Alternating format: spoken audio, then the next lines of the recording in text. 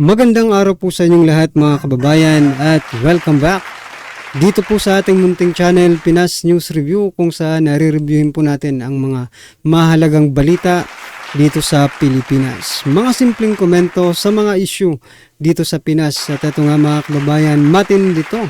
Saldico at Abalos nagpanik, di nakaligtas sa pasabog ni BP Sara. Nako, ebidensya nilabas na. Yan mga kababayan ang ating aalamin at bibigyan ng komento mula po rito kay Pinoy News Updates. Nasa description po ang full video link ng video ito, pero bago po natin simulang pakinggan, panoorin at bigyan ng komento ang video ito.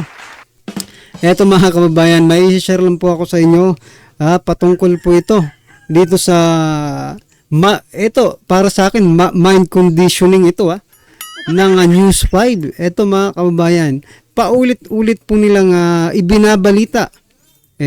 Ang tagal na po nito, pero paulit-ulit po nilang binabalita itong SWS survey, no? Na kung saan ay tumaas di umano ang ratings ni PBBM. Ito po yung balita mula sa News 5 mga kababayan, basahin ko po para sa inyo. Not merely to seek popularity. Sa title pa lang parang reverse psychology na. Kasunod ng nakuhang mataas na satisfaction ratings sa isang survey, iginiit ni President Marcos Jr. na patuloy magtatrabaho ang kanyang opisina upang matupad ang kanyang mga ipinangako sa bayan. Nako. Ayon sa survey sa Social Weather Station, tumaas ng plus 40 ang satisfaction rating ni Marcos noong Hunyo. Yan nga po yung sinasabi ko mga kababayan. Noong June pa po ito, pero paulit-ulit at paulit-ulit po lang binabalita. Ano po ang purpose, mga karibyo natin? Diba? Para ikondisyon ang isipan ng taong bayan na tumataas na ang ratings ng ating Pangulo. Nako.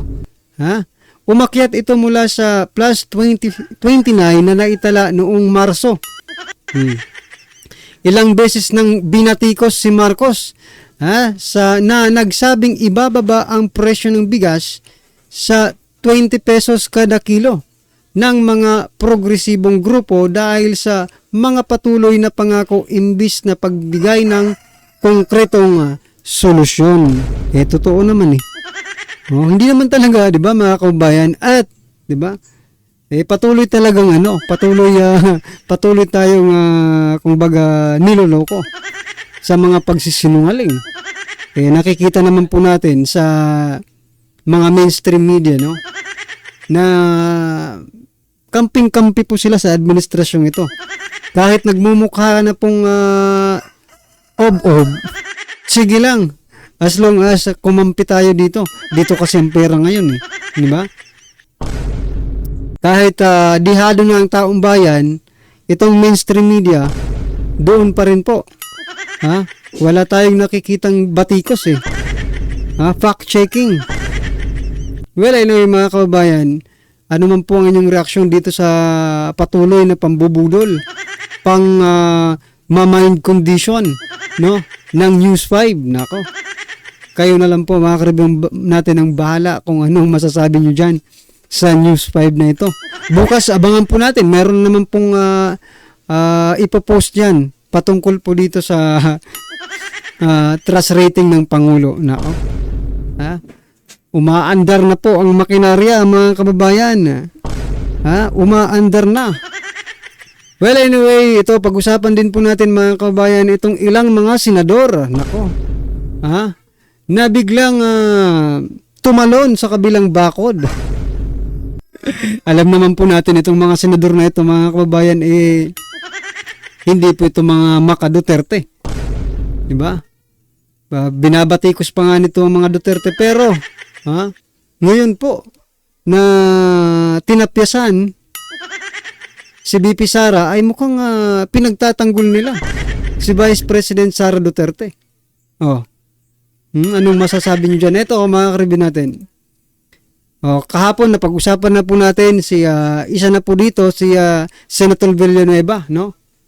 Tapos eto si Jinggoy mga kababayan at si Ito si Coco Pimentel, mga kababayan. Silang tatlo po ngayon, no? Si Coco Pimentel, Villanueva at Senator Jinggoy Estrada ay mukhang pumalag dito sa Kongreso. Wherein, tinapyasan nga itong budget ni BP Sara. Pero ang tanong ng taong bayan, kayo bang tatlo? Kayo bang mga senador ay totoo? Or ginagamit nyo lang din sa politika? Para kumbinsihin ang taong bayan na kampi kayo sa Duterte. Kasi alam naman po natin, napapalapit na po ang eleksyon, mga kababayan. 2025 midterm election.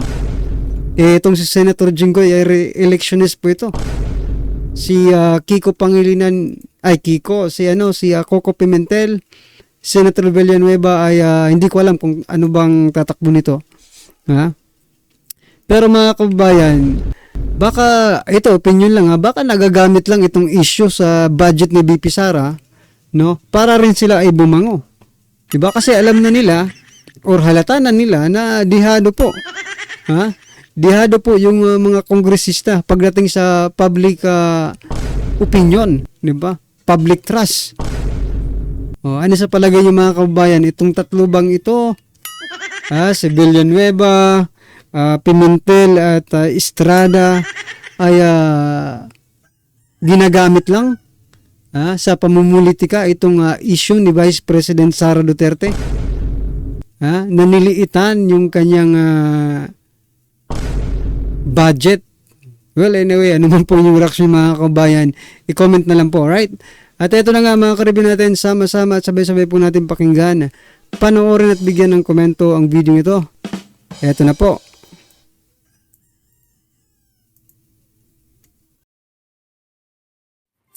Saldi ko po, bumuelta kay BP Sara pero palpak po, no? Tinawag pong budol. Tinawag pong budol si BP Sara. Kaya lalo po siya nadidiin, no, sa pagsagot niya kay BP Sara.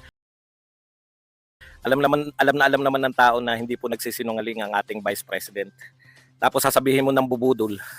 Hindi mo naman sinasagot yung mismong binibintang ni BP Sara. Pwede 'yon kung nasagot mo ng napabulaanan mo, no? Hindi mo naman napapabulaanan. Tapos sasabihin mong budol. Okay, pag-usapan din po natin si Abalos na nag-epal na naman. May dalawang pangyayari po. Nag-guest po siya kay Toyo. Napahiya na naman si Abalos. Hindi sinasadya, nasiraan niya na naman ang ating Presidente Marcos, no? Dahil po dito sa ginagawa niya na pag-epal para sa kanya sarili. Alam naman natin ginagawa ni Abalos, lahat ng sikat pinupuntahan, lahat ng mga yan po, sikat na sikat po yan si Boss Toyo eh. Kaya wala na po silang magagawa kahit na anong salag nila. Mapapaniwala ni Saldi ko yung mga kapwa niya pero never po yung mga taong bayan. Sabi po ni Abalos, eto po, no, palagay ko ito yung epal talaga eh. Ang word lang naman dito ay yung tinatawag nating nahuli. Pinakita namin, nakatrap na siya, Apollo Kibuloy, huli na siya, tsaka lang siya namilit na sumurrender. For us, huli na, sakote na, whatsoever about that. That is all about hard work. Yan po ang pahayag ni Secretary Ben-Hur Abalos. Alam niyo po, Secretary Ben-Hur Abalos, yun nga po yung pag-epal. Hanggang ngayon, ini-insist po ninyo na nahuli. Binago nyo lang ng konti. Lalo po kayo napapahamak eh. Sabi po ni Torion, pinangalawa na po ni Governor Hubahib. Ang sabi po nila, negotiation po with ISAP. No?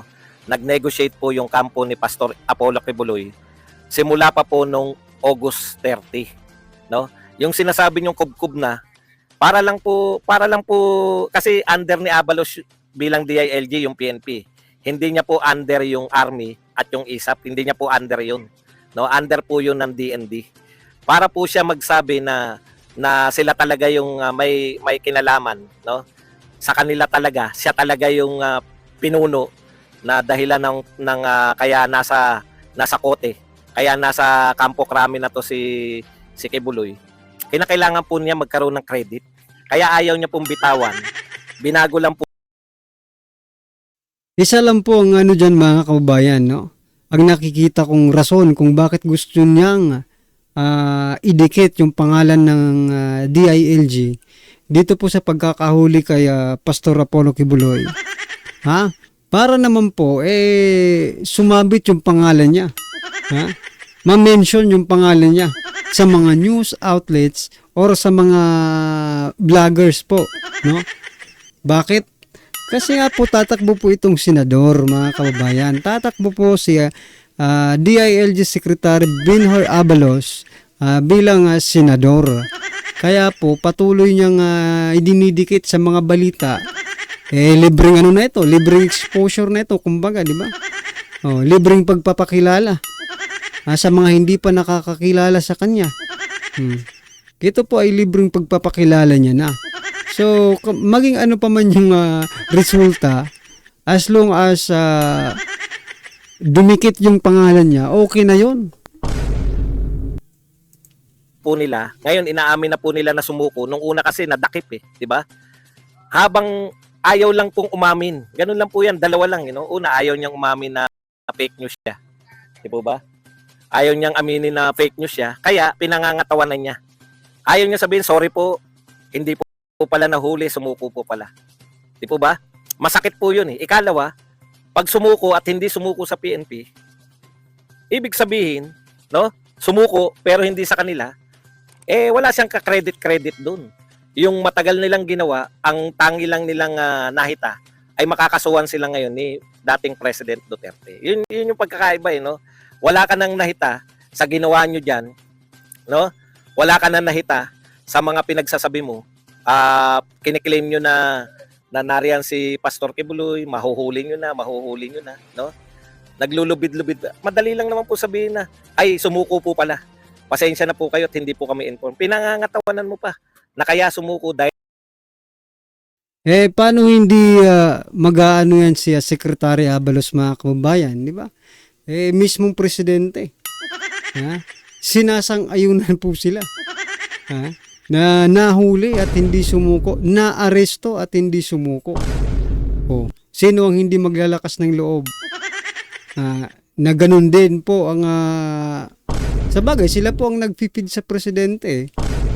Malamang sila po talaga ang nagbigay ng impormasyon na nahuli. Kasi sila po yung nasa grounds, di ba? Pero hindi nila alam na doon pala sa ISAP sumuko itong si Pastor Apollo Kibuloy.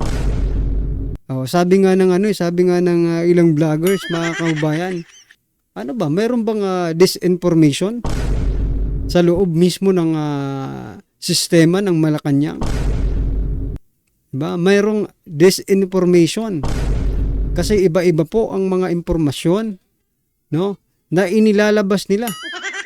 Minsan hindi na tayo naniniwala kasi kadalasan yung mga impormasyon na ibinibigay nila ay hindi totoo. Paano pa maniniwala ang taong bayan kung lagi na lang po kayong nagsisinungaling?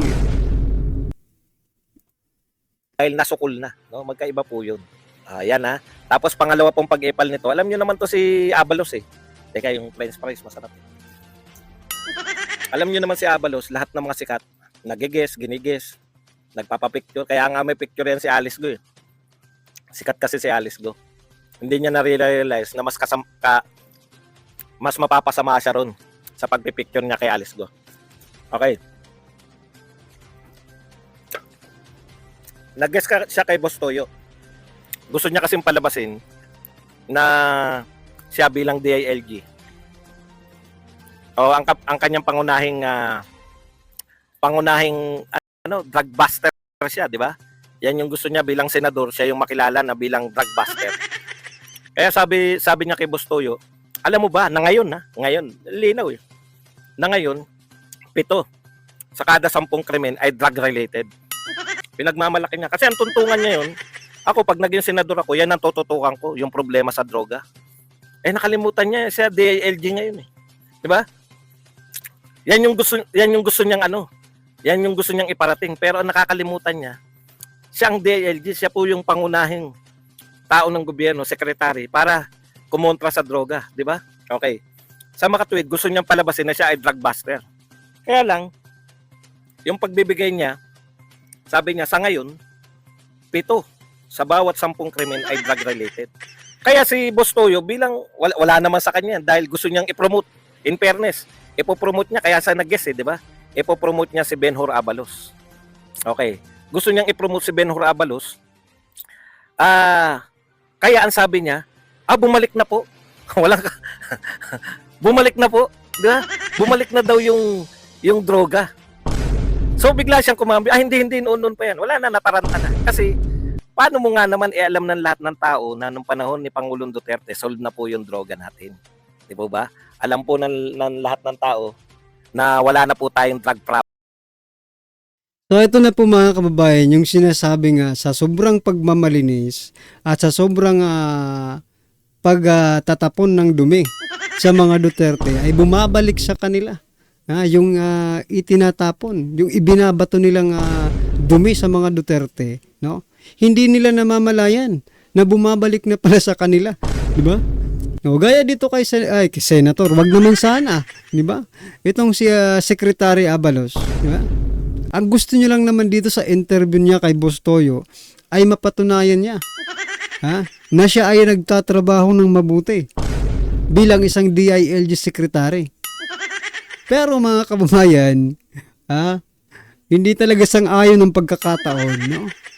At gustong-gusto nilang i-fact check agad, no? Itong pagkakataong ito, gusto talagang i-fact check agad kung anong yung mga sasabihin, no, na mga kabinete ng administrasyong ito na may mga ambisyon na maging senador or maging ano pa man sila sa ating gobyerno. Fina-fact check agad Problem. Tapos ngayon sasabihin mo na 7 sa kada 10 krimen ay drug related. So pinasasama mo yung gobyerno na pinaglilingkuran. Yun yung problema nito ni Benhur Abalos, no? Dahil sa kagustuhang umepal, actually napapasama niya yung kanyang amo, yung si BBM napapasama dahil sa kanya. Okay, punta naman po tayo rito kay Saldico, no? Alam naman natin na in-expose na po ni BP Sara. Actually, mainit dito. Kaya talagang yan, no, unti-unti na akong pagpapawisan. Mamaya po, gagala ko kayo ng konti dito sa beach. Okay. Ayon po kay BP Sara, dalawa po ang may control. No, dalawa po yung may control ng budget ng Pilipinas. Budget ng Pilipinas hindi po ng HOR. Si Saldico at saka tong si Saldico at saka to si Martin Romualdez. Kaya nakilala na ng gusto si Saldico. Alam ko na ngayon kung bakit gusto ni BP Sara na si Saldico yung mag-preside kasi same chairman .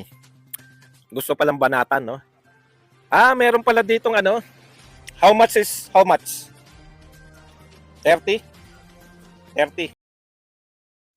So yan mga kababayan, balita rin naman natin or na-share na po natin, no, itong about kay Saldico.